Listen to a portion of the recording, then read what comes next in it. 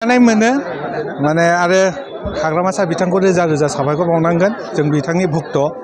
हाग्रामा सारजों गोबाव बोसोर थाबोनानै जोङो बिथांखौ मिथिनो मोनबाय आरो बेनिख्रुइ देरसिन दैदेनगिरि बिटिसिआव जोनोम जायाखै दाबो बेखौ जों सानो जोंनि दा बर्तमान हाग्रामा सारनिख्रुइ गोजौसिन टलेस्ट लिडार गोजौसिन लिडार गैया जोंनि बिटिसिआव जों बेखौ सिबियो आथिखालाव इउपिपिएल सरकारनि सासे इएम दङ नोंथांनि नैबे मानास सेरफांनिफ्राय दा बे सासे इएमजों फैगौ बैसागुआव जुजिनायाव माबायदि प्रस्तुति जाना दं इएमखौ बिथांखौ सोर बानायदों जोंनि बिपिएफ दोलोआनो बानायदों बिपिएफ दोलोनि रायजो राजाफ्रानो बिपिएफ दोलोनि भटारफ्रानो बिथांखौ भट होनानै दैथायहरदोंमोन बिपिएफनि सासे दैदेनगिरि मोनगोन बिपिएफनि जाय भटारफोर बिसोरनि दुखु दाहाफोरखौ सुस्रांनो हागोन होननानै फाथायहरदोंमोन नाथाय बिथाङा रायजो राजाफोरखौ थगायनानै गुबुन दोलोआव जानानै गावनि दा सम्पति बानायहैदों माबा माबि रायजोफोरनि थाखाय जेबो बानायाखै फैगौ बैसागुनि थाखाय माबायदि इसुखौ लानानै बा माबायदि मावनो हादों हायाखै दानि इसुआथ' जोंहा बिपिएफआ बिराद मोजां इसु दङ जेनेबा बिथांमोना मावनो हायाखै बेनो जोंनि थाखाय सबसे साबसिन इसु आरो जोंनि देरसिन अस्त्र बिथांमोना जेबो मावाखै हाग्रामा सारखौसो 17 बोसोराव मावाखै होनो नाथाय हाग्रामा सारा दिनैहाय बयबो नुनो मोननाय गिदिर बिल्डिं बानायदों बयबो थाबायनो हानाय लामा बानायदों दैसा बारनो हायि जायगायाव दालां बानायनानै होदों थ' बेखौ रायजो राजाफ्रा नुखानाय जेबो मावाखै होनबाबो बे जाया बेखौ थगायसुला होननानै मिथिबाय नाथाय गाव जेखौ मावगोन होननानै बुंदोंमोन बेफोरखौ जेबो मावनानै दिन्थिनो हायाखै रायजो राजाफ्रा बुजिजोब्बाय नोंथांमोननि नैबे मानास सेरफां ओनसोला मानास माहारियारि हाग्रामा लोगोसे भुटान हादोरजों नांजाबनाय सिमायारि हाग्रा ओनसोल दा बेहाय माखासे मैदेरनि जेंनाखौ नुनो मोनबाय थानाय जायो बेयाव माने जोंना मानास ओनसोलाव मोनसे हाथी आरो माथि बिनि समस्याखौ रायजो राजाफ्रा मोजाङै मिथिगौ हाग्रामा साराबो गोबां मिथिङाव बुंलांखाबाय मानास सेरफांनि एमसिएलएखौ जुदि बिपिएफ दोलोनि एमसिएलएखौ देरहाहोहरोबा हाग्रामा सारा हाथी आरो माथिनि जेंनाखौ सुस्रांनानै होगोन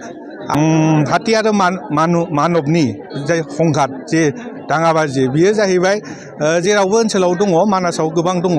आरो बेखौ होबथानायनि जोंनाव गोबां बेबस्था बा प्लेनिं जों लादों जेनेबा मैदेरा दिनै हाग्रा सिङाव आदार गैयिनि थाखाय जेराव गामियारि ओनसोल बा मानसिफोर बसबास खालामनानै दङ थागासिनो दङ बेफोर ओनसोलाव फैयो आदार नागिरनानै खिन्थु जोङो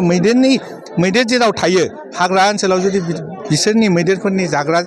बेसादफोरखौ जुदि एभेलेबेल खालामनानै होयोबा बिथांमोनहा मैदेरफ्रा जोंनि मानसिफोर थानाय गामियाव हाबफैनाय नङा होननानै आं सानो ओंखायनो बिसिनि हाग्रा ओनसोलावनो जुदि मैदेरफोरनि थाखाय गोबां जाग्रा मुवा बेसाद थालिर माबा माबि जुदि जों गायनानै होयोबा बिथांमोनहा गावसिनि जायगायावनो गोजोनै रायजो जागोन मैदेरफ्राबो जिब जन्थुफ्राबो आं बेखौ सानो जुक्ति गैयि खोथा बुंनाय मानाय बेखौ मिडियायावल' नुयो मावनायथ' जों जेबो नुवाखै रायजो राजाफ्राबो जेबो मावदों होननानै खिन्थाफेराखै ओंखायनो जोङो जेबो ससियेल मिडियायावबो बिथांनि डेभेलपमेन्टनि फारसे खामानि मावनाय मानाय बेफोरखौ जों जेबो नुवाखै खालि जाहा थाहा खोथा बुंनाय आनपार्लियामेन्टारि लेंगुवेज बेफोरखौबो बाहायनायखौ जों नुनो मोनो ओंखायनो जोङो बारा मिथिया बिथांनि सोमोन्दै মই প্ৰথমে হাগ্ৰামা ছাৰ ডাঙৰীয়াক যিজন আমাৰ গুৰু হয়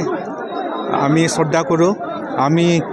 মানে ভক্ত আৰু হাগ্ৰামা ছাৰৰ তো তেখেতে যদি এনাউন্স কৰিছে হাগ্ৰামা ছাৰকে মই প্ৰথমে ধন্যবাদ দিম